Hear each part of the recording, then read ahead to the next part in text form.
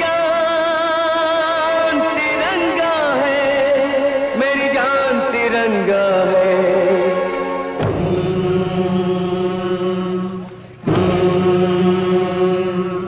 ये हाथ तिरंगा है, ये शान तिरंगा है, मेरी जान तिरंगा है, मेरी जान तिरंगा है। अरमान तिरंगा है, अभिमान तिरंगा है, मेरी जान तिरंगा है, मेरी जान तिरंगा है।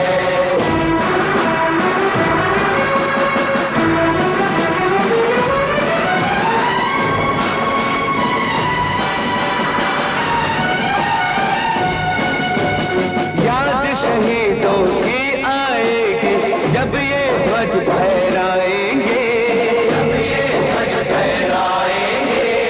इसके तीनों रंग कयामत तक यूं ही लहराएंगे, कयामत तक लहराएंगे।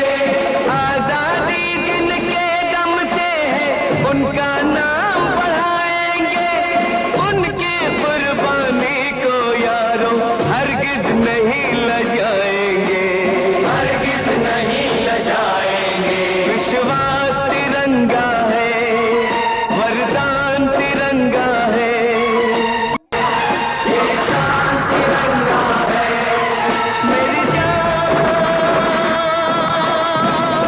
तिरंगा है, मेरी जान तिरंगा है।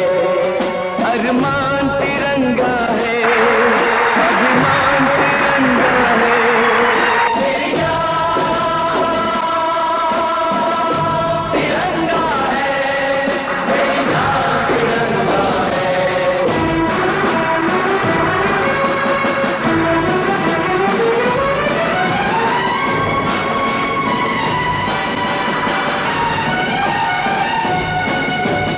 याद शहीदों की आएगी जब ये ध्वज फहराएंगे, जब ये ध्वज फहराएंगे। इसके तीनों रंग कयामत तक यूं ही लहराएंगे, कयामत तक लहराएंगे। आजादी जिनके दम से है उनका नाम बढ़ाएंगे, उनकी कुर्बानी को यारों हरगिज नहीं लजाएंगे, हरगिज नहीं लजाएंगे। विश्वास तिरंगा है, वरदान तिरंगा है, विश्वास तिरंगा है, वरदान तिरंगा है। अभिमान तिरंगा है, अभिमान तिरंगा है, मेरी जान तिरंगा है, मेरी जान तिरंगा है।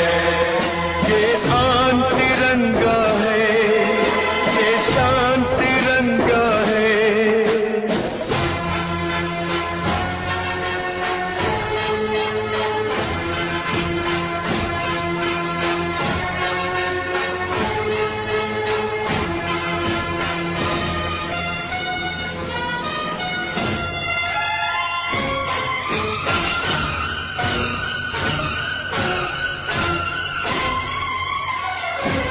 हमको जो करना है वो तो करके ही हम जाएंगे। आने वाले कल फिर आकर मौसम नया बनाएंगे। मौत फरोशों से कह दो अब उनको हम दफनाएंगे। अपने अपने नापों का वो खुद ही कफन सिलाएंगे। आवाज तिरंगा है, ऐलान तिरंगा है, आवाज तिरंगा है, ऐलान तिरंगा है, मेरी जान तिरंगा है, मेरी जान तिरंगा है।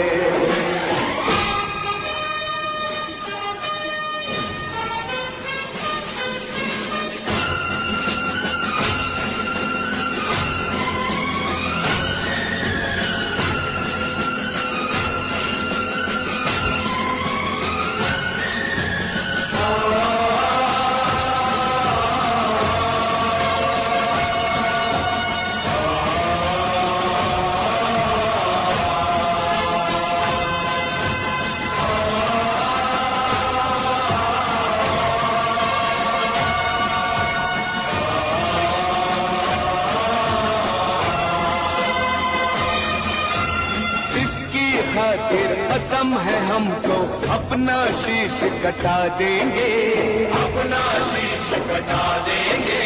जितना भी इस जिस्म में बाकी सारा लहू बहा देंगे, सारा लहू बहा देंगे। इसकी खातिर जो ठानेंगे वो करके दिखला देंगे। अपनी धरती के आगे हम सारा गगन झुका देंगे, सारा गगन झुका देंगे। ईमान तिरंगा है, भगवान तिरंगा है, ईमान तिरंगा है, भगवान तिरंगा है। मेरी जान तिरंगा है, मेरी जान तिरंगा है। ये आन तिरंगा है, ये शान तिरंगा है।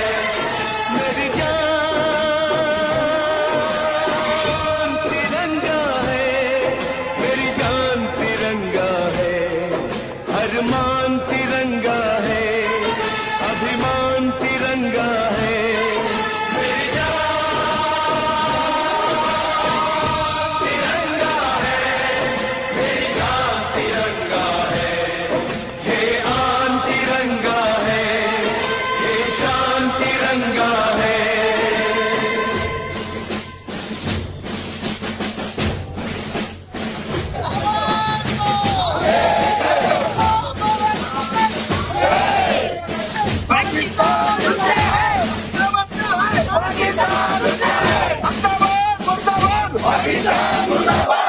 ನನ್ನ ಸಹೋದರರಿಗೆ ಹೇಳೋದಿಷ್ಟೇ, ಇವತ್ತು ಕಾಶ್ಮೀರದಲ್ಲಿ ಘನಘೋರ ಹತ್ಯಾಕಾಂಡವನ್ನು ಖಂಡಿಸಿ ಇವತ್ತು ರಾಯಚೂರಿನಲ್ಲಿ ವಿಶ್ವ ಹಿಂದೂ ಪರಿಷತ್ ವತಿಯಿಂದ ಆಯೋಜನೆಗೊಂಡಿರುವಂತಹ ಸಭೆಗೆ ಬಂದಂತ ಎಲ್ಲ ನಮ್ಮ ಹಿಂದೂ ಬಾಂಧವರಿಗೆ ಕೃತಜ್ಞತೆ ಹೇಳುತ್ತಾ ದಯಮಾಡಿ ಆ ಎಲ್ಲ ಮಡಿದ ಹೃದಯಗಳಿಗೆ 2 ನಿಮಿಷ ಮೌನಾಚರಣೆ ಮಾಡಬೇಕಂತ ಹೇಳಿ ತಮ್ಮಲ್ಲಿ ಕೈ ಕೇಳ್ಕೊಳ್ತೇನೆ.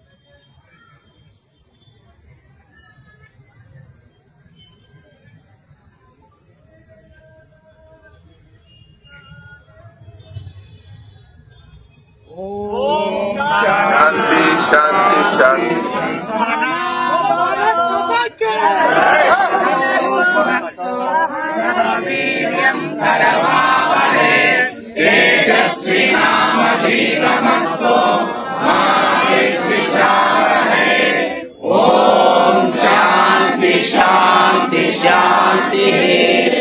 ಭಾರತ್ ಮಾತಾ ಕಿ ಜೈ. ಆದ್ಮೇಲೆ ಮೌನಾಚರಣೆ ಆದ ನಂತರ ಘೋಷಣೆ ಕೂಗಬಾರ್ದು, ದಯವಿಟ್ಟು ಕೇವಲ ಮಾತುಗಳು ಮಾತ್ರ ಇರುತ್ತೆ. ಪೂಜ್ಯ ಸೋಮವಾರ ಪೀಠದ ಸ್ವಾಮೀಜಿಗಳು ಮಾತಾಡ್ತಾರೆ, ದಯವಿಟ್ಟು ಎಲ್ಲರೂ ಕೇಳಿಸಬೇಕಾಗಿ ಶಾಂತ ರೀತಿ ಕಾಪಾಡಬೇಕು ದಯವಿಟ್ಟು. ಕೂಡ ಸ್ಮರಿಸಿಕೊಂಡು ನಾವೆಲ್ಲ ಹಿಂದೂ, ನಾವೆಲ್ಲ ಬಂಧು, ನಾವೆಲ್ಲ ಹಿಂದೂ, ನಾವೆಲ್ಲ ಒಂದು ಅಂತಕ್ಕಂತ ಭಾವನದಿಂದ ಇವತ್ತಿನ ದಿನ ರಾಯಚೂರು ಮಹಾನಗರದಲ್ಲಿ ಕಾಶ್ಮೀರದಲ್ಲಿ ಹಿಂದೂಗಳ ಮೇಲೆ ಮಾರಣ ಹೋಮ ನಡೆಸಿದ ಇಸ್ಲಾಮಿ ಭಯೋತ್ಪಾದನೆಯನ್ನ ಧಿಕ್ಕಾರ ಮಾಡಬೇಕಂತಕ್ಕಂಥ ಮಾತನ್ನ ಈ ಶುಭ ಸಂದರ್ಭದಲ್ಲಿ ತಿಳಿಸುತ್ತಾ, ದೇಹಾಭಿಮಾನಕ್ಕಿಂತ ದೇಶಾಭಿಮಾನ ಬಹಳ ದೊಡ್ಡದು ಅಂತ, ಅದಕ್ಕೋಸ್ಕರವಾಗಿ ನಾವೆಲ್ಲರೂ ಕೂಡ ಗುಡಿ ಕಾಯ್ಲಿಕ್ಕೂ ಕೂಡ ಸಿದ್ಧರಿದ್ದೇವೆ, ಗಡಿ ಕಾಯ್ಲಿಕ್ಕೂ ಕೂಡ ನಾವು ಸಿದ್ಧರಿದ್ದೇವೆ ಅಂತಕ್ಕಂಥ ಸಂದೇಶವನ್ನ ಈ ಸಂದರ್ಭದಲ್ಲಿ ತಿಳಿಪಡಿಸುತ್ತಾ, ಇಂದಿನ ದಿನ ನೀವೆಲ್ಲರೂ ಕೂಡ ಸೇರಿರ್ತಕ್ಕಂಥದ್ದು ಒಳ್ಳೆ ಬೆಳವಣಿಗೆ, ದೇಶಕ್ಕಾಗಿ ಕದಂ ಕದಂ ಬುಡಾಯಜ ಕುಸಿತ ಗೀತ ಗಾಯಜ ಎನ್ನುವಂತೆ ಈ ದೇಹ ದೇಶದ್ದು ದೇಶಕ್ಕಾಗಿ ಅರ್ಪಣೆ ಆಗಲಿ ಅಂತಕ್ಕಂಥ ಭಾವ ಎಲ್ಲಾ ಹಿಂದೂಗಳಲ್ಲಿ ಬಂದಿದೆಯಲ್ಲ, ಇದು ಒಳ್ಳೆ ಬೆಳವಣಿಗೆ ಅಂತಕ್ಕಂಥ ಮಾತನ್ನು ಹೇಳಿ 2 ಮಾತಿಗೆ ವಿರಾಮ ಕೊಡ್ತಾ ಇದ್ದೇನೆ.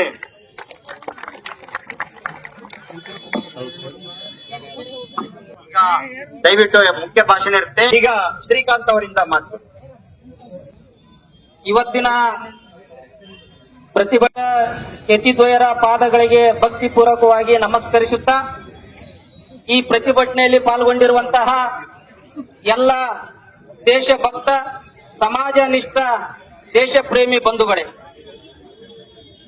ಕಳೆದ 6 ದಿನಗಳ ಹಿಂದೆ ಕಾಶ್ಮೀರದಲ್ಲಿ ನಡೆದಿರುವಂತಹ ಆ ರಣಹೇಡಿ ಕೃತ್ಯವನ್ನ ಖಂಡಿಸಿ ರಾಯಚೂರು ನಗರದ ಎಲ್ಲ ತಾಯಂದಿರು, ಹಿರಿಯರು, ಕಿರಿಯರು ಮತ್ತು ಸ್ವಾಮೀಜಿಗಳ ನೇತೃತ್ವದಲ್ಲಿ ದೇಶದ ಭದ್ರತೆಯಲ್ಲಿ ದೇಶವನ್ನ ಅತಂತ್ರಗೊಳಿಸುವಂತ ಅವರು ಭಯೋತ್ಪಾದಕರು ಎಲ್ಲರೂ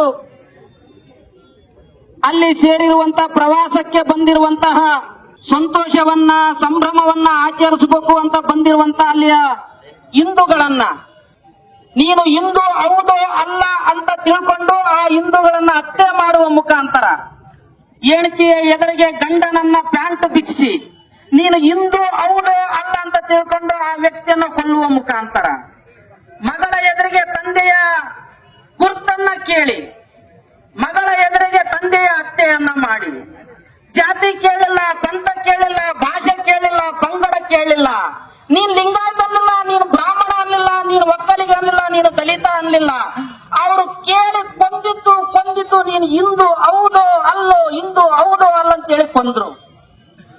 26 ಜನ ಅಮಾಯಕ ಹಿಂದೂಗಳನ್ನ ಕೊಂದ್ರು. ಇದು ಇವತ್ ಮಾತ್ರ ಕೊಂದ್ರ ಅಂತ ಕೇಳಿದ್ರೆ ಇವತ್ ಮಾತ್ರ ಕೊಲ್ಲಿಲ್ಲ.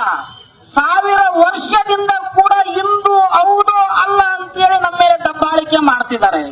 ಅದರ ಪ್ರಯೋಗ ಮೊನ್ನೆ ಕಾಶ್ಮೀರದಲ್ಲಿ ನಡೀತು.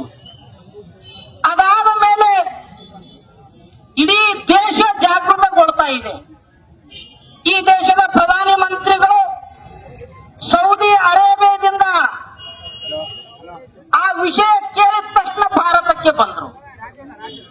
ಈ ದೇಶದ ಹಣಕಾಸು ಸಚಿವರು ವಿದೇಶಕ್ಕೆ ಹೋಗಿದ್ರು. ಆ ವಿಷಯ ಕೇಳಿದ ತಕ್ಷಣ ಭಾರತಕ್ಕೆ ಬಂದ್ರು. ಈ ದೇಶದ ಗೃಹ ಮಂತ್ರಿಗಳು ದೆಹಲಿಯಿಂದ ತಕ್ಷಣವೇ ಶ್ರೀನಗರಕ್ಕೆ ಹೋದ್ರು.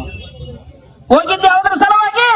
ಸತ್ತ ಅಮಾಯಕರಿಗೆ ನಾವು ರಕ್ಷಣೆ ಕೊಡಬೇಕು, ಆ ಕುಟುಂಬಗಳಿಗೆ ಧೈರ್ಯವನ್ನ ತುಂಬಬೇಕು, ಸಾಂತ್ವನವನ್ನ ಏರ್ಬೇಕಂತೇಳಿ ತಕ್ಷಣದ ಗೃಹ ಮಂತ್ರಿಗಳು ಹೋದ್ರು. ಅಷ್ಟು ಮಾತ್ರ ಮಾಡಲಿಲ್ಲ. ಯಾವ ದುಷ್ಟ ಶಕ್ತಿಗಳು ಪಾಕಿಸ್ತಾನ ಪ್ರೇರಿತವಾಗಿ ಇಲ್ಲಿರುವ ಅಮಾಯಕ ಹಿಂದೂಗಳನ್ನ ಕೊಲ್ಲಬೇಕಂತ ಬಂದಿದ್ರು, ಕೇವಲ ಪಾಕಿಸ್ತಾನದವ್ರು ಮಾತ್ರ ಅಲ್ಲಿರ್ಲಿಲ್ಲ. ಭಯೋತ್ಪಾದಕರಲ್ಲಿ ಇದೇ ನೆಲದ ಅನ್ನವನ್ನ ತಿಂದು ಇದೇ ನೆಲದ ಗಾಳಿಯನ್ನ ಸೇವಿಸಿ ಇಲ್ಲಿಯ ಎಲ್ಲಾ ಸವಲತ್ತುಗಳನ್ನ ಬಳಸಿಕೊಂಡಿರುವಂತಹ ಒಂದಿಷ್ಟು ಜನ ಮತಾಂಧ ಮುಸಲ್ಮಾನರು ಕೂಡ, ಕಾಶ್ಮೀರದ ಮುಸಲ್ಮಾನರು ಕೂಡ ಆ ಹತ್ಯೆಯ ಕೈವಾಡದಲ್ಲಿ ಇದ್ರು. 7 ಜನ ಆ ಭಯೋತ್ಪಾದಕರಲ್ಲಿ 2 ಮಾತ್ರ ಪಾಕಿಸ್ತಾನದವರು ಇದ್ರು. ಇನ್ನಿದ್ದಂತ 5 ಜನ ತಲೆ ಹಡಕರು ಈ ದೇಶದ ಅನ್ನವನ್ನ ತಿಂದು ಈ ದೇಶದ ಸವಲತ್ತನ್ನ ತಗೊಂಡು ಬದುಕುತ್ತಿರುವ ನಾಯಿಗಳೇ ನಮ್ಮ ಹಿಂದೂಗಳನ್ನ ಕೊಂದಿದ್ದು ಬಂಧುಗಳೇ. ಇವತ್ತು ಸರ್ಕಾರ ಏನೇನು ಮಾಡಬೇಕು ಅದನ್ನೆಲ್ಲ ಪಾಕಿಸ್ತಾನದ ವಿರುದ್ಧ ಮಾಡ್ತಿದೆ. ನಮಗೆಲ್ಲ ಸೋಷಿಯಲ್ ಮೀಡಿಯಾದಲ್ಲಿ ನಾವು ನೋಡ್ತಾ ಇದ್ದೀವಿ. ಸಿಂಧೂ ನದಿಯ ಯೋಜನೆಯನ್ನ ರದ್ದು ಮಾಡಿದ್ರು. ಆ ಮುಖಾಂತರ ಆ ಪಾಕಿಸ್ತಾನದಲ್ಲಿರುವಂತ ಜನ ನೀರು ಕುಡಿಬೇಕು, ಭಾರತದ ಸೈನಿಕರ ಮೂತ್ರ ಕುಡಿಬೇಕು ಯೋಚನೆ ಮಾಡ್ತಿದ್ದಾರೆ ಬಂಧುಗಳು. ಇವತ್ತು ಸರ್ಕಾರ ಎಲ್ಲಾ ರೀತಿಯ ಪ್ರಯೋಗವನ್ನ ಆ ದುಷ್ಟ ಪಾಕಿಸ್ತಾನದ ಮೇಲೆ ಪ್ರಯೋಗ ಮಾಡ್ತಾ ಇದೆ. ಹಿಂದೆ ಭಾರತದ ಮೇಲೆ, ಮುಂಬೈ ಮೇಲೆ ದಾಳಿ ಆಗಿತ್ತು. 100 ಜನ ಅಮಾಯಕ ಹಿಂದೂಗಳು ಸತ್ತಿದ್ರು. ಅವತ್ತು ಆಡುವಂತ ಸರ್ಕಾರ ಮೌನವಾಗಿತ್ತು. ಆದ್ರೆ ಇವತ್ತು ಸರ್ಕಾರ 26 ಜನರ ಬಲಿಗೆ 100 ಜನ ಮತಾಂಧ ಮುಸಲ್ಮಾನರು ಇವತ್ತು ಊರು ಬಿಡ್ತಾ ಇದ್ದಾರೆ, ದೇಶ ಬಿಡ್ತಿದ್ದಾರೆ. ಯಾವಾಗ ಸಾಯ್ತಿಲ್ಲ ಅಂತ ಭಯದಿಂದ ಓಡ್ತಿದ್ದಾರೆ. ಕೇವಲ ಭಯೋತ್ಪಾದಕರು ಮಾತ್ರ ಅಲ್ಲ, ಪಾಕಿಸ್ತಾನದ ಸೈನಿಕರು ಕೂಡ ನಾನು ಮನೆಗೆ ಹೋಗ್ತೀನಿ, ಭಾರತದ ಸೈನ್ಯ ಅಕಸ್ಮಾತ್ ನಮ್ಮ ಮೇಲೆ ನುಗ್ಗಿದ್ರೆ ನಾವ್ ಯಾರು ಬದುಕಲ್ಲ ಅಂತ ಯೋಚನೆ ಮಾಡ್ತಿದೆ. ಹಿಂದೆ ಒಬ್ಬ ಹೈದರಾಬಾದ್ನಿಂದ ಒಬ್ಬ ನಾಯಿ ಬೊಗಳಿತ್ತು. ಅಕಸ್ಮಾತ್ ಭಾರತದಲ್ಲಿರುವಂತ ಪೊಲೀಸರು ಸುಮ್ಮನೆ ಆದ್ರೆ 100 ಕೋಟಿ ಹಿಂದೂಗಳನ್ನ ಏನ್ ಬೇಕಾದ್ರೂ ಮಾಡ್ತೀವಿ ಅಂತ ಹೇಳಿ ಇವತ್ತು 5 ನಿಮಿಷ ಭಾರತದ ಸೈನ್ಯ ಏನಾದ್ರೂ ಪಾಕಿಸ್ತಾನದ ಕೂಡ ನುಗ್ಗಿದ್ರೆ ಪಾಕಿಸ್ತಾನ ಎಂಬ ಭೂಪಟ ಜಗತ್ತಿನ ಭೂಪಟದಲ್ಲೇ ಇರಲ್ಲ. ಭಾರತದ ಸೈನಿಕ ತಾಕತ್ತಿದೆ.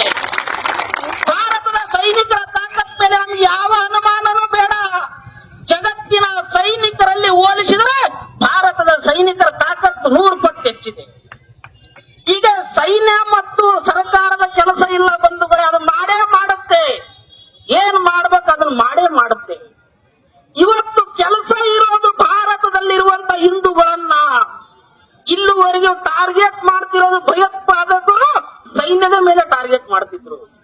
ಇಲ್ಲಿವರೆಗೂ ಟಾರ್ಗೆಟ್ ಮಾಡ್ತಿದ್ರು, ಸರ್ಕಾರಿ ಅಧಿಕಾರಿಗಳ ಮೇಲೆ ಮಾಡ್ತಿತ್ತು. ಇವತ್ತೇನ್ ಮಾಡಿತ್ತು, ನೀನು ಹಿಂದೂ ಹೌದು ಅಲ್ಲ ಅಂತ ತಿಳ್ಕೊಂಡು ಹಿಂದೂ ಅಂದಾಗ ಕೊಲ್ಲುವಂತ ಕೆಲಸ ಮಾಡ್ತಿದೆ. ಹಾಗಾಗಿ ನಾವೆಲ್ಲ ಹಿಂದೂಗಳು ಯೋಚನೆ ಮಾಡಬೇಕಾಗಿದೆ. ಸರ್ಕಾರ ಏನ್ ಮಾಡ್ಬೇಕು ಅದನ್ನ ಮಾಡೇ ಮಾಡುತ್ತೆ. ನಾವು ಮಾಡಬೇಕಾಗಿದೆ ಬಂಧುಗಳೇ. ಕೇವಲ ನಾವು ಪ್ರತಿಭಟನೆ ಬರಬೇಕಾದ್ರೆ ನಾವು ಕೇಳಿದೆ, ಘೋಷಣೆ ಕೂಗ್ತಾನೆ ಇದ್ದೀವಿ, ರಕ್ತದ ಕಣ ಕುದೀತು ಕುದೀತು ಕುದೀತು ಅಂತೇಳಿ. ಈಗ ಕುದಿಯೋದು ಕೇವಲ ಘೋಷಣೆ ಆಗ್ಬಾರ್ದು, ಇದೊಂದು ಆಚರಣೆ ಆಗ್ಬೇಕು. ಇವತ್ತು ಹಿಂದೂ ಮತ್ತು ಮುಸ್ಲಿಮರ ನಡುವೆ ಯುದ್ಧ ಸಾರ್ತಿದ್ದಾರೆ. ಯುದ್ಧ ನಿಶ್ಚಯವಾಗಿ ಪ್ರಾರಂಭವಾಗಿದೆ. ಈ ದೇಶದ ಜನ ನಿಶ್ಚಯ ಮಾಡಬೇಕು.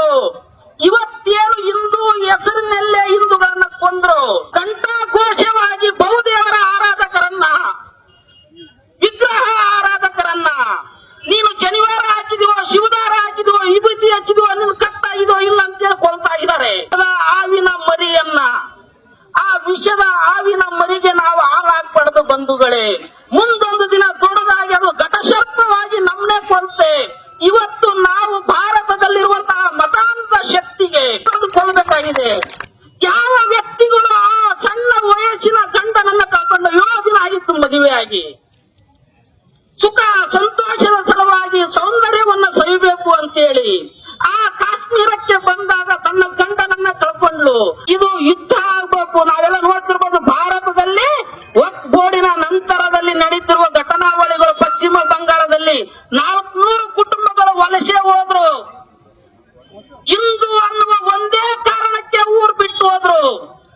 ರಾಯಚೂರಿನ ಶಾಸಕರು ಹೇಳಿದ್ರು, ಇಲ್ಲೊಂದು ಸೈನ್ಯ ಕೊಟ್ಟೋಣ, ರಕ್ತ ಕೊಡೋಣ ಅಂತೇಳಿ ಬಾರ್ಡರ್ ಹೋದ್ರ. ಆ ಸತ್ತ ಕುಟುಂಬಕ್ಕೆ ನ್ಯಾಯ ಕೊಡಬೇಕಾದ್ರೆ ಹಿಂದೂಗಳ ಹತ್ರನೇ ವ್ಯಾಪಾರ ಮಾಡಿ ಸಮಾಜದಿಂದ ಮಾತ್ರ ಹಿಂದೂ ಸಮಾಜದ ಉಳಿವನ್ನು ಉಳಿಸಬೇಕಾಗಿದೆ. ಮಾಡೋಣ ಅಂತೇಳಿ ನನ್ನ ಮಾತಿಗೆ ವಿರಾಮವನ್ನು ಹೇಳ್ತೀನಿ. ಭಾರತ್ ಮಾತಾ ಕೀ ಧನ್ಯವಾದಗಳು ಹೇಳುವಂತಹ ಕಾರ್ಯಕ್ರಮ ಇದಲ್ಲ.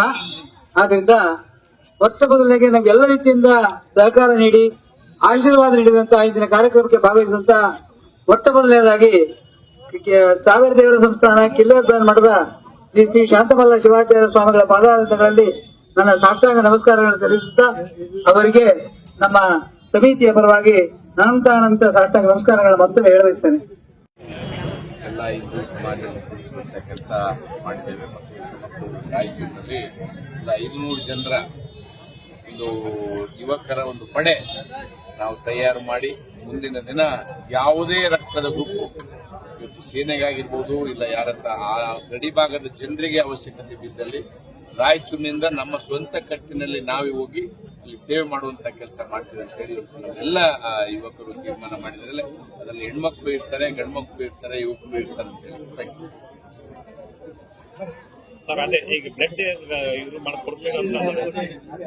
ಇದು ರಾಯಚೂರಿನಿಂದಲೇ ಪ್ರಾರಂಭ ಆಗಬೇಕು ಈ ಟ್ರೆಂಡ್ ಮಾಡಲ್. ನನಗನ್ಸುತ್ತೆ ಬಹುಶಃ 120 ಕೋಟಿ ಜನರು ಕೇಂದ್ರ ಸರ್ಕಾರದ ಮತ್ತು ನರೇಂದ್ರ ಮೋದಿ ಅವರ ಬೆನ್ನೆಲುಗಿದ್ದಾರೆ.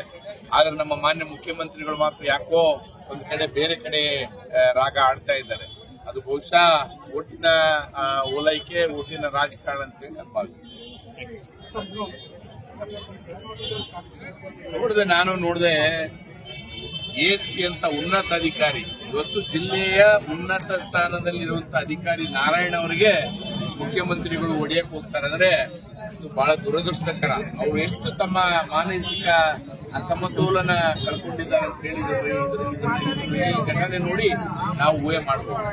ಇವ್ರಿಗೆಲ್ಲೋ ಒಂದು ಕಡೆ ನಾನು ತಪ್ಪು ಮಾಡಿದ್ದೇನೆ, ತಪ್ಪು ಹೇಳಿಕೆ ಕೊಟ್ಟಿದ್ದೇನೆ ಅಂತೇಳಿ ಮುಖ್ಯಮಂತ್ರಿಗಳು ಒಳಗೆ ಅನಿಸ್ತಾ ಇದೆ. ಇವತ್ತು ಒಬ್ಬ ಅಧಿಕಾರಿ, ಒಬ್ಬ ಉನ್ನತ ಯಾವ ಅಧಿಕಾರಿ ಕಾನೂನು ಪಾಲನೆ ಮಾಡಲಿಕ್ಕೆ ತಾವು ಒಂದು ಜಿಲ್ಲೆಯ ಜವಾಬ್ದಾರಿ ವಹಿಸಿದ್ರು, ಆ ಅಧಿಕಾರಿಗೆ ನೀವು ಸಾರ್ವಜನಿಕವಾಗಿ ಹೊಡೆಯಲಿಕ್ಕೆ ಹೋದ್ರೆ ಏನು ಸಂದೇಶ ಜನರಿಗೆ ಕೊಡಬಯಸ್ತೀರಿ ಅಂತ ಹೇಳಿ ನಾನು ಮುಖ್ಯಮಂತ್ರಿ ಕೇಳಿ ಬಯಸ್ತೇನೆ. ಅಯ್ಯೋ, ಹಿಂದೆ ನಾವು ಕೋಟೆ ಕಟ್ಟಿ ಮೆರೆದವ್ರನ್ನೆಲ್ಲ ನೋಡಿದೀವಿ. ನಾವು ಯಾರು ಸಭೆ ಮಾಡ್ತಾರೆ, ಯಾರು ಏನ್ ಮಾಡ್ತಾರೆ, ಇನ್ ಕಾನೂನು ಇವ್ರ ಕೈಯಲ್ಲಿ ಇರ್ತದ? ಮಂತ್ರಿಗಳ ಕೈಯಲ್ಲಿ ಕಾನೂನು ಇರ್ತದ? ಕಾನೂನು ಏನಿರ್ತದ, ಕಾನೂನು ಕೋರ್ಟ್ ನೋಡ್ಕೊಂತದ, ಪೊಲೀಸರು ನೋಡ್ಕೊಂತಾರ. ಇದು ಇವ್ರು ಯಾರು ಹೇಳಕ್ಕೆ ಅದನ್ನ ಅವ್ರು ಹೇಳಿದಾರೆ. ಅದೇ ಅದು ಅಧಿಕಾರದ ಪದ ಇದ್ದಾಗ ಆ ರೀತಿ ಮಾತಾಡಿಸ್ತದ. ಅದೇನ್ ದೀಪ ಹೋಗ್ಬೇಕಾದ್ರೆ ಉರಿತದಂತಾರಲ್ಲ ಆ ರೀತಿ. ये